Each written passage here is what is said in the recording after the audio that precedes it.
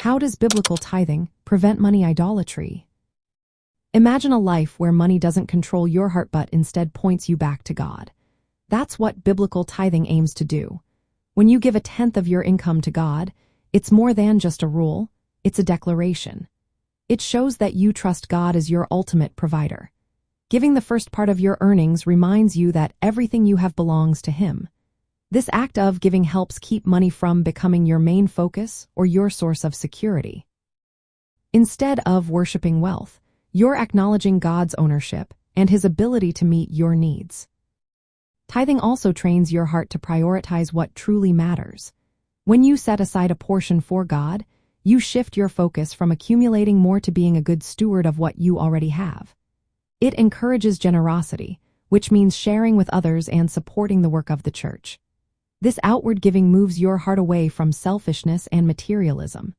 It helps you see money as a tool to serve God's purposes, not as a goal in itself. Practicing tithing also builds gratitude and contentment. When you give regularly, you recognize that God provides for you. This reduces feelings of greed or anxiety about money. Instead, you develop a thankful attitude, trusting that your needs will be met because God is faithful. It's a way to keep your heart from idolizing wealth or possessions. In practical terms, biblical tithing is a spiritual discipline. It aligns your financial habits with God's priorities. It reminds you that money is meant to serve God's kingdom, not to become your idol. When you faithfully give your tithe, you guard your heart from the subtle pull of money as a false god. You grow in trust and obedience to God's provision and His lordship over all your resources.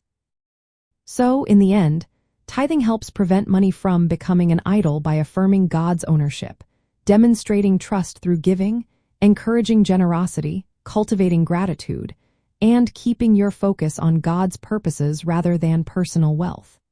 It's a simple yet powerful way to stay rooted in biblical principles and keep your heart aligned with God's plan.